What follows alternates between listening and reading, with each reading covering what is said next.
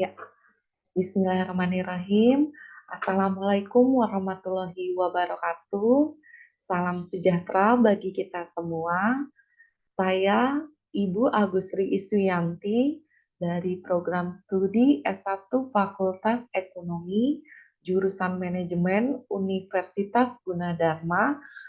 Dengan ini ingin menyampaikan pernyataan diri dosen dalam unjuk kerja Tridharma Perguruan Tinggi PDD UKT-PT Sertifikasi Dosen tahun 2023 di bidang pengajaran. Video ini merupakan pernyataan diri saya dalam bidang pengajaran. Adapun dalam video ini berisikan mata kuliah yang saya ampuh.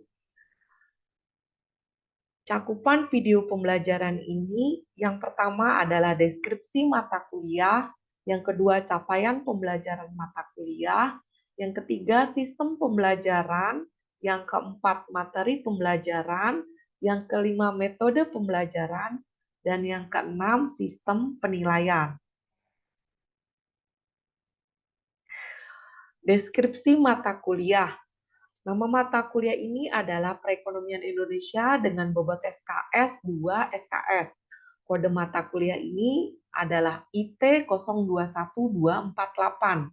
Diberikan pada semester ke-6 dan bersifat mata kuliah wajib. Pada mata kuliah ini, mahasiswa belajar tentang berbagai konsep dasar dan ruang lingkup perekonomian Indonesia dan aspek terpenting dalam perkembangan makroekonomi Indonesia. Pembahasannya didasarkan pada data dan perkembangan variabel makroekonomi Indonesia dari masa lalu hingga data paling mutakhir, yang meliputi sejarah perkembangan perekonomian, sistem perekonomian, pendapatan nasional, pertumbuhan ekonomi, struktur ekonomi, distribusi pendapatan dan kemiskinan, kependudukan dan ketenagakerjaan, serta kesempatan kerja dan pengangguran. Indeks pembangunan manusia, investasi, pengeluaran konsumsi masyarakat dan pemerintah, perdagangan luar negeri dan neraca pembayaran, arus modal asing dan utang luar negeri, perkembangan sektor industri dan pertanian, perkembangan usaha kecil dan koperasi, demokrasi dan globalisasi ekonomi. CPMK pada mata kuliah ini ada 5. CPMK pertama adalah mampu menunjukkan sikap bertanggung jawab atas pekerjaan di bidang keahliannya secara mandiri. CPMK kedua mampu memecahkan masalah sosial ekonomi dengan menggunakan teori dasar ilmu ekonomi dan teknik dasar estimasi empiris, penalaran analisis yang logis dan ilmiah. CPMK ketiga mampu menunjukkan kinerja mandiri, bermutu, dan terukur.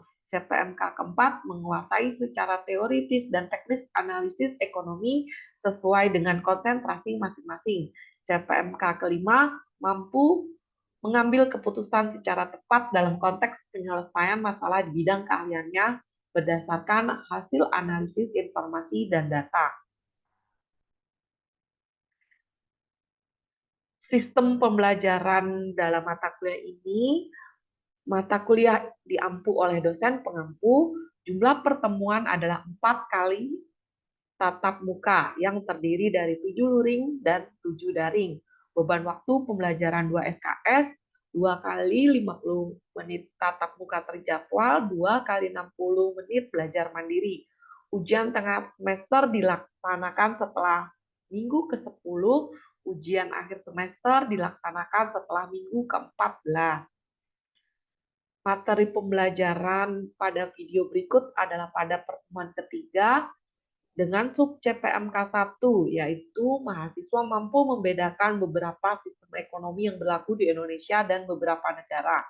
Materi pembelajarannya yang pertama sistem ekonomi kapitalis, yang kedua sistem ekonomi sosialis, dan yang ketiga sistem ekonomi campuran. Metode pembelajarannya dengan ceramah, diskusi, tanya jawab, dan penugasan.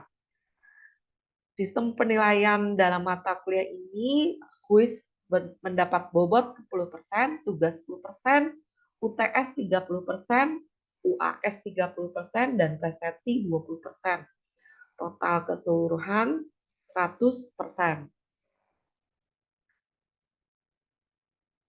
Berikut adalah rekaman video pembelajaran via daring Real Classroom pada mata kuliah Perekonomian Indonesia.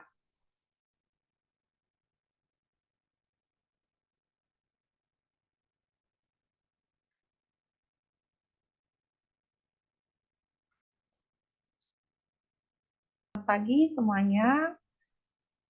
Di perkuliahan pada hari ini, tolong diisi ya link presensi di kolom chat yang akan saya berikan ketika materi berlangsung. Jangan lupa ya diisi linknya. Oke.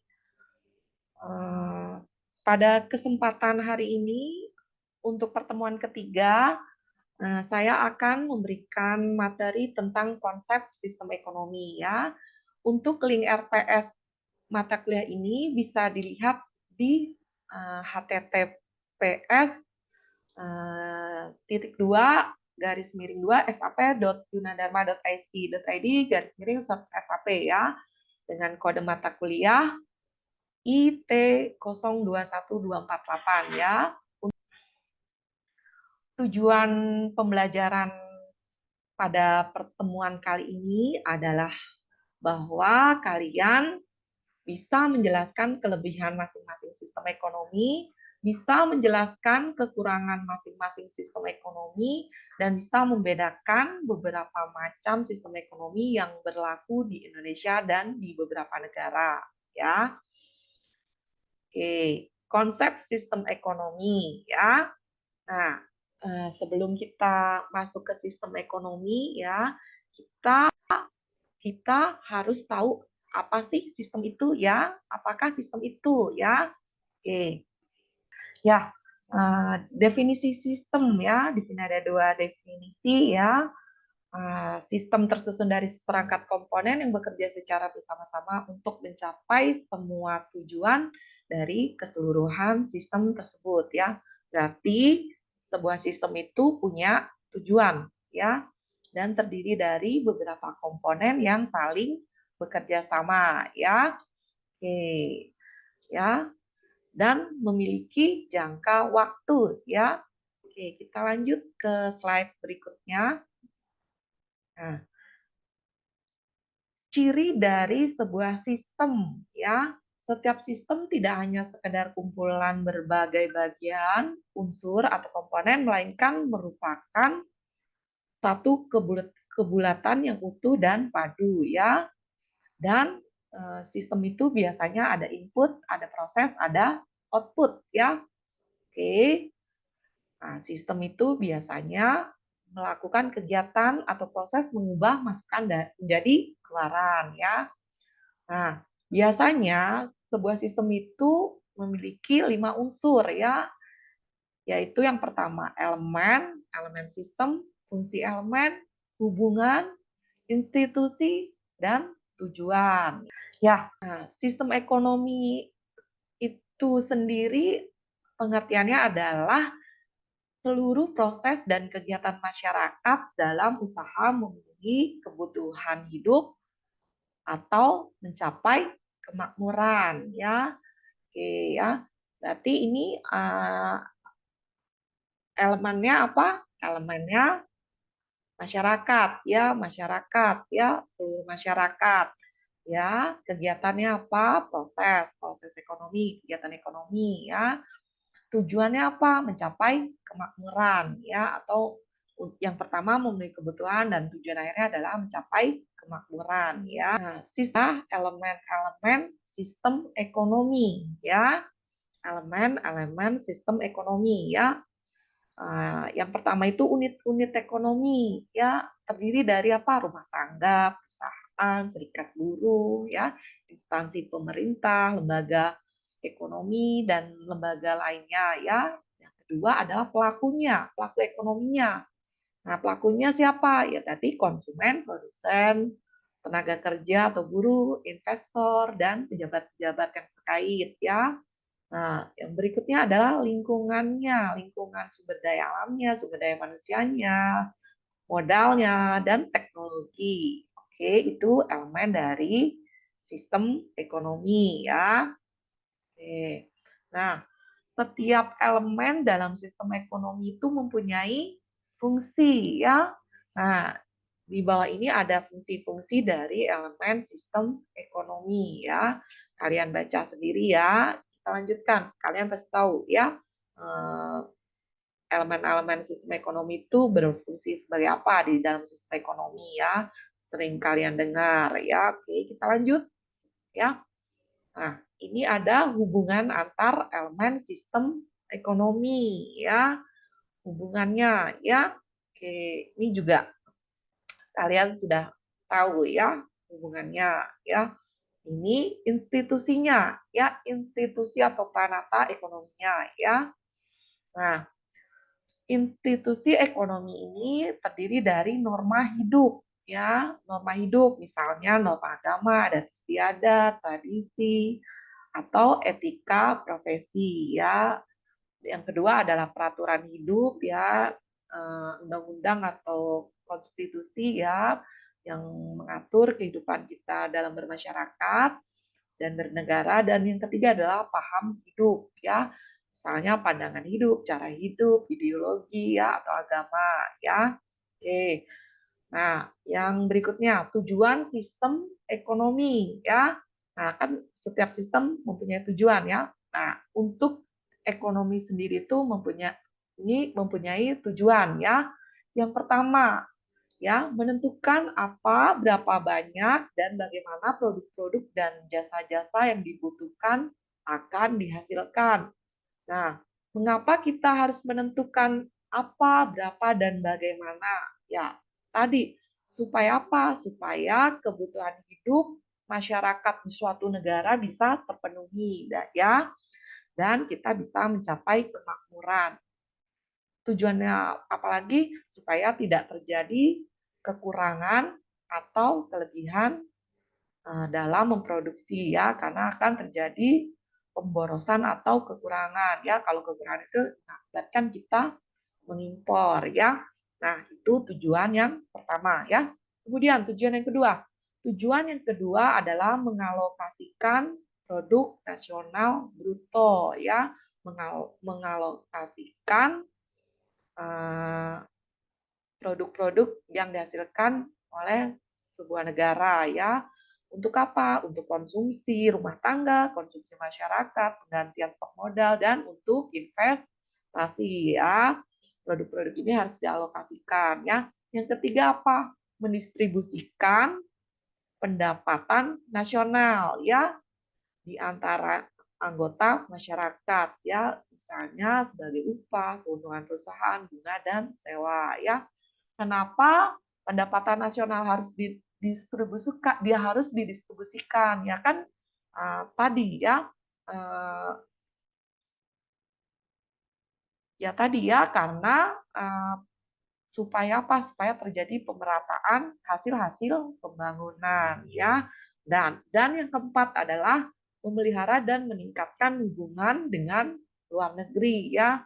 Nah, kenapa kita harus berhubungan sosial atau berhubungan ekonomi dengan luar negeri ya? Karena kita makhluk sosial ya, kita tidak bisa hidup sendiri ya. Kita harus bekerja sama dengan orang lain atau dengan negara lain ya. Oke. Nah, ini ya, ini adalah perbandingan sistem ekonomi ya. Nah, berdasarkan yang mengatur mekanisme ya, sistem ekonomi itu dibagi tiga. Sistem ekonomi tradisional ya, sistem ekonomi pasar, dan yang ketiga sistem ekonomi terkomando atau terpimpin ya. Oke. Ya, tuh ya. Nah, kalau berdasarkan yang mengatur kepemilikan aset, nah ada tiga ya, sistem ekonomi kapitalis, sistem ekonomi sosialis, dan sistem ekonomi campuran. Oke, nah ini ya, kita bahas satu persatu ya. Nah, sistem ekonomi kapitalis ya.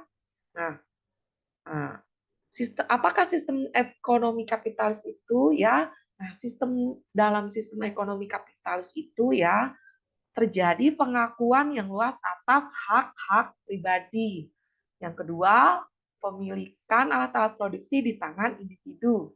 Yang ketiga, individu bebas memilih pekerjaan atau usaha yang dipandang baik bagi dirinya.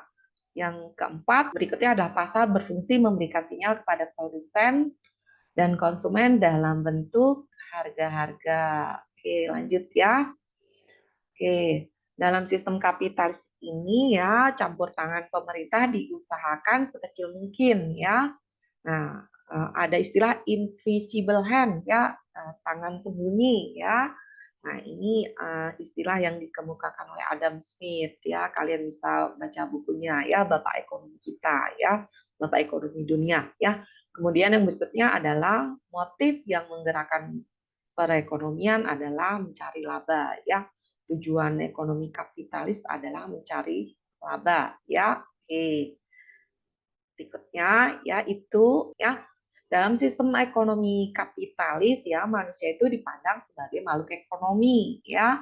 Nah, apakah makhluk ekonomi? Ya, makhluk ekonomi adalah makhluk yang selalu mengejar kepentingan atau keuntungan sendiri ya. Oke, paham individualisme didasarkan materialisme ya. Nah, atau istilahnya hedonisme ya. Nah, kalian pasti tahu ya. Hedon apa hedonisme ya, itu namanya materialis ya. Oke. Kita lanjut ya. Nah, sistem kapitalis ini memiliki beberapa kebaikan ya. Yang pertama, lebih efisien ya. Karena dalam kapitalisme ini, dalam sistem ini memanfaatkan sumber daya seefektif mungkin ya dan mendistribusikan barang secepat mungkin ya. Kemudian apa? Kreativitas masyarakat menjadi tinggi ya. Kenapa? Karena ada kebebasan melakukan segala hal yang baik ya, yang terbaik bagi dirinya. Kemudian pengawasan politik dan sosial minimal karena tenaga waktu dan biaya yang diperlukan kecil ya. Oke. Nah, sistem kapitalisme ini memiliki kelemahan ya. Yang pertama ya tidak ada persaingan sempurna ya. Karena dalam kapitalisme ini biasanya yang terjadi adalah persaingan monopolistik ya, yang berkuasa yang menguasai harga ya. Nah, yang kedua adalah sistem harga gagal mengalokasikan sumber-sumber secara efisien ya, karena adanya faktor eksternalitas ya, tidak memperhitungkan yang menekan upah buruh dan lain-lain ya. Oke. Nah, ini ya. Nah, ini ada kebijakan ekonomi kapitalistik di Indonesia. Ya, ini salah satu contoh kebijakan kapitalistik di Indonesia, misalnya penghapusan subsidi BBM listrik, ya. Nah, kemudian apa? Kurs diambangkan secara bebas, ya, sesuai dengan LOI (Letter of Investment) dan dengan International Monetary Fund ya. Oke, ini salah satu contoh kebijakan ekonomi kapitalis ya. Oke, apalagi privatisasi BUMN ya, yang menyebabkan migas, tambang dan kehutanan dikuasai oleh pihak swasta ya. Kemudian apalagi buruknya lembaga keuangan dan masuknya Indonesia ke dalam jerat hutang ya. Oke, ini nanti kita bahas di pertemuan berikutnya ya untuk masalah utang luar negeri ya. Nah, itu sistem ekonomi kapitalis ya. Kita beralih ke sistem ekonomi yang berikutnya ya, sistem ekonomi sosialis ya. Nah, dalam sistem ekonomi sosialis ya masyarakat itu dianggap sebagai satu-satunya kenyataan sosial ya, sedangkan individu fiksi ya. Jadi apa individu itu tidak, jadi yang sama rasa ya, itu istilah sosialisme ya. Jadi itu masyarakat itu dianggap satu kesatuan yang utuh ya. Jadi hak-hak individu agak diabaikan ya. Oke, yang berikutnya tidak ada pengakuan atas hak-hak pribadi atau individu dalam sistem ini ya. Dan pemerintah itu bertindak aktif mulai dari perencanaan, pelaksanaan hingga tahap pengawasan dalam sistem ekonomi ya. Alat-alat produksi dan kebijakan ekonomi semuanya diatur oleh negara ya. Pola produksi melahirkan kesadaran kolektivisme ya atau masyarakat sosialis. Dan yang berikutnya pola produksi melahirkan kesadaran individualis ya. Oke. Oke. Nah, di bawah ini ada kelemahan sosialisme ya. Yang pertama, teori pertentangan kelas tidak berlaku umum, ya. Yang kedua, tidak ada kebebasan memilih pekerjaan, ya. Nah, hal ini yang menyebabkan kreativitas masyarakat terhambat, produktivitas menurun, produksi dan perekonomian akan stagnan, ya. Nah, ya. Kemudian apa? Tidak ada insentif untuk kerja keras, ya. Nah, dengan demikian dorongan untuk bekerja lebih baik, untuk berprestasi dan produksi menurun ya, sehingga ekonomi menjadi mundur ya. Nah, di, di, di dalam sistem ini Karl Marx ini tidak menjelaskan bagaimana sistem mekanisme ekonomi ya. Karl Marx hanya mengkritik keburukan kapitalisme ya, tapi tidak menjelaskan mekanisme yang mengalokasikan sumber daya di bawah sosialisme. Oke, ya. Nah, sosialisme tidak sama dengan komunisme. Ya, ingat ya. Nah, tapi sosialisme itu tahap persiapan ke arah komunisme, ya. Nah, komunisme ini merupakan tahap akhir perkembangan masyarakat, ya, atau the sixth major historical stage, ya. Primitive komunis, slavery, feudalism, kapitalisme, sosialisme, dan full komunisme ya. Oke. Ya, itu sistem ekonomi sosialis ya. Nah, kita beralih ke sistem ekonomi yang terakhir ya, sistem ekonomi campuran ya. Oke ya. Nah, namanya juga campuran ya, berarti memadukan antara kebaikan sistem ekonomi kapitalis dan sistem ekonomi sosialis ya. Oke, sama ya. Terjadi interaksi dan terjadi persaingan ya. Oke. Nah, dalam sistem campuran ya pemerintah masih ada turut campur dalam sistem ekonomi ya. Kenapa perlu supaya apa? Supaya tidak menjadi monopoli ya. Dan supaya tidak jadi eksploitasi besar-besaran. Oke. Nah, ini ya. Nah, ini landasan landasan konstitusi mengapa pemerintah berperan dalam sistem ekonomi di Indonesia ya. Ada pasal 33, pasal 34 dan pasal 27 ayat 2 ya. Oke. Nah, ini ada hubungan sistem ekonomi politik. Ada hubungan sistem ekonomi dengan sistem politik ya. Kalian baca sendiri ya. Nah, di sebelah kiri itu kutub A ya yang liberalis, di sebelah kanan ada yang sosialis ya, kutub Z ya. Kalian baca sendiri ya di rumah. Oke. Nah, di bawah di berikutnya ada rumusan Mubaryanto. Kalian juga baca sendiri ya di rumah. Ini Mubaryanto ini adalah ahli ekonomi negara kita ya, Indonesia. Ada rumusan Mubaryanto, ada rumusan Emil Salim ya, dan ada rumusan Sumitro Joyo Hadi Kusumo ya. Nah, ini kalian baca aja ya di rumah. Oke, nah, ya. Nah, oke, nanti materi ini akan saya berikan di grup kelas kalian ya, di grup WA. Ya, ada tugas individu yang harus kalian kerjakan ya. Jangan lupa dikirimkan ke email staff saya ya. Oke, oke, oke. Ya, oke. Demikian materi saya hari ini ya. Oke. pertanyaan saya yang pertama ya. Oke. Mengapa sistem ekonomi liberalis tidak cocok diterapkan di negara kita, di Indonesia? Ada yang menjawab?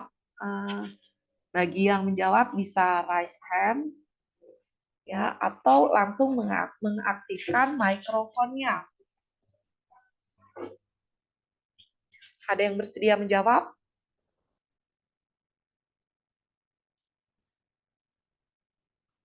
Bisa diaktifkan mikrofonnya. Bisa raise hand.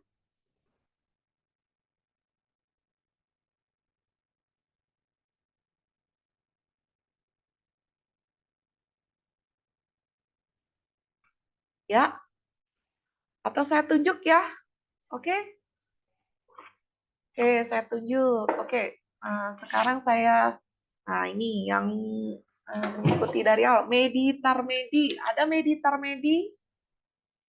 Hadir, Bu. Oke, ya. Menurut Medi, kenapa sistem ekonomi liberalis tidak cocok diterapkan di negara kita? Sebelumnya izin menjawab, Bu. Menurut Medi, mungkin karena akan menimbulkan penindasan terhadap dan akan terjadi monopoli terhadap barang-barang ekonomi oleh kaum kapitalis, Bu. Oke, ya, betul jawabannya. Oke, ya. Nah, itu sudah benar. Ya, kita lanjutkan ke pertanyaan kedua. Mengapa sistem sosialis tidak cocok digunakan di negara kita? Saya langsung tunjuk ya. Selvia,